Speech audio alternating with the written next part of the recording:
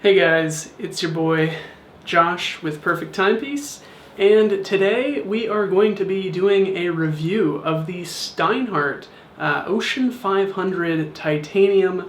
This watch is on loan to me by my good friend Ernie. He has been incredibly patient waiting for this review, so I'm really excited to actually get into it today. But definitely leave him some thanks down in the comments below. If you see him, give him a little thumbs up in the comments section. But let us talk about the Steinhart Ocean 500. It's become a really popular watch in the past few years. Some people think that it's Steinhart's first kind of original or unique design, while others think it's just a blatant copy of the Submariner. Now, personally, I think that this watch offers incredible bang for buck, and let's hop right on into my full review so I can explain why I think that's the case.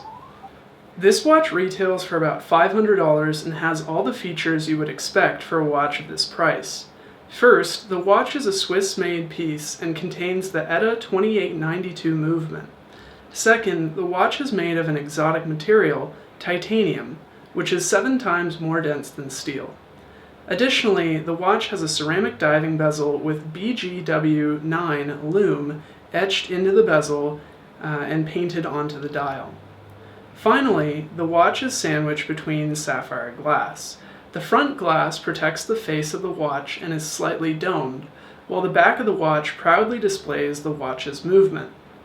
I feel that this watch packs so much in for the money, I bumped up my initial score for the watch in this category. The Ocean 500 proudly earns a solid 8.5 out of 10 in the value category. The only thing keeping this watch from a perfect score is the QA issues, which we'll get to later in this review. So let me now talk about the movement inside this watch. The watch has a Swiss ETA 2892-A2 top grade movement. The top grade is the best available grade for this movement, and this shows Steinhart's dedication to quality in this piece. The movement has 21 joules to aid in robustness and durability inside the movement, and the movement operates at 4 Hz, 28,800 vibrations per hour, or 8 individual ticks per second. This means that if you were to slow down the video, you would be actually able to count the watch's second-hand tick 8 times for every second. This creates a very smooth sweeping action on the second hand. The movement also has a 42-hour power reserve. If we take a closer look at the movement through the exhibition caseback, you'll notice the watch's movement is decorated beautifully. If you look closely, you can see Steinhart has 3 different types of finishing on the movement. The perlage on the majority of the movement, a shell-like polish on the gold counterbalance, and a linear engraving on the sides of the movement. This decoration makes the movement incredibly hypnotizing to look at. The movement does not just look good, but it also performs well. The crown feels incredibly solid when winding the watch or pulling it out. In addition, the movement is among the quietest I have experienced, but this could be attributed to the solid construction of the piece. The only thing keeping this movement from a perfect score is that it's not in-house, but that shouldn't be expected for this price range. The Ocean 500 earns an almost perfect 9 out of 10 in the movement category.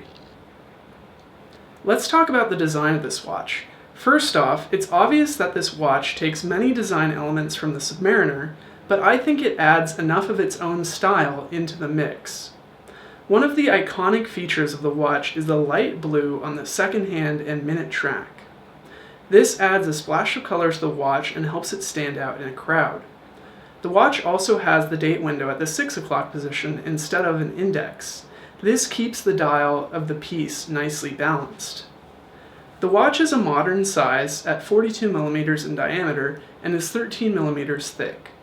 While this is not particularly thick, I wish the lugs were curved a bit more, as this would help the watch sit closer to the wrist. It's also worth pointing out the extreme legibility of the piece, as the black dial contrasts nicely with the white hands and indexes. The only thing that I cannot wrap my head around is the bezel. The overall look feels off to me, and I think it should be a little bit skinnier, but I could be nitpicking too much. Overall, the watch has a modern, tool-like feel to it, and it earns an 8.5 out of 10 in design. Now I'd like to talk about usability, or how the watch performs in everyday use. First, the watch is water resistant to 500 meters, so I would have no worries while swimming with the piece or getting in the rain, whatever. In addition, the watch's titanium case keeps the watch light on the wrist and is very durable. In terms of legibility, the watch has a very easy to read dial, and the lume is among the best that I've seen on a watch so far. The only problem with the legibility of the piece can be seen when looking at the domed sapphire glass. First, the glass reflects light in a big way. I think this is due to the glass being domed and that the glass was only AR coated once. I also don't like the domed sapphire glass because I think it's more prone to scratches over a flat glass. That being said, the watch is a joy to actually operate, as the crown and all of its functions feel good to use. Because of these reasons, the Ocean 500 earns a solid 9 out of 10 in usability. So now we've made it to the last category in my review, quality. Usually, I like watches with applied versus painted indices, but it's worth noting that the paint job on the Ocean 500 is very good. This is especially noticeable when looking at the indices and at the hands. In addition, the watch is constructed pretty well. The bezel feels very solid and has a nice metallic click to it.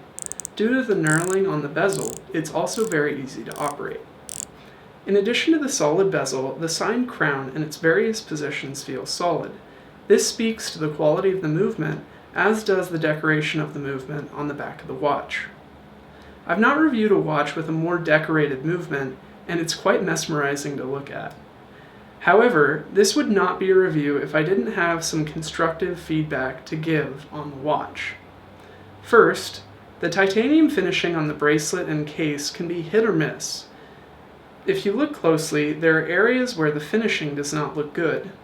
Steinhart is now offering this watch with a rubber strap to avoid this issue, but I think this sort of mistake should be avoided at the price range. In addition, the whole watch is not made of titanium, and thus the color of the bezel, case, and caseback do not match exactly. The bezel and caseback are a dark steel, but they are a tad bit off in terms of color to the titanium case. This is not a big deal to me, personally, but you might find it annoying. Even with these minor problems, the watch stands out in terms of the quality it offers for the price, and it earns an 8.5 out of 10 in the quality category.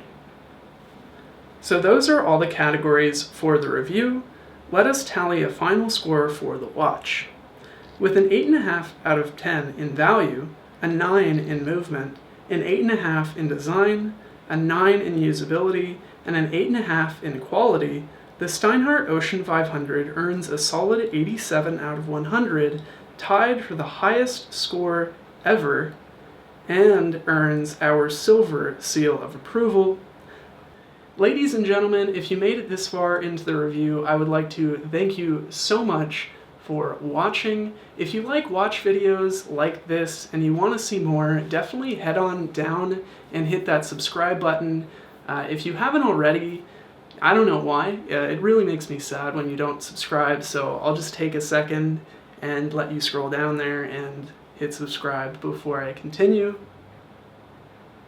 Alright guys, my name is Josh, this is the Perfect Timepiece channel. I will see you all next time. Thank you so much for watching. Bye.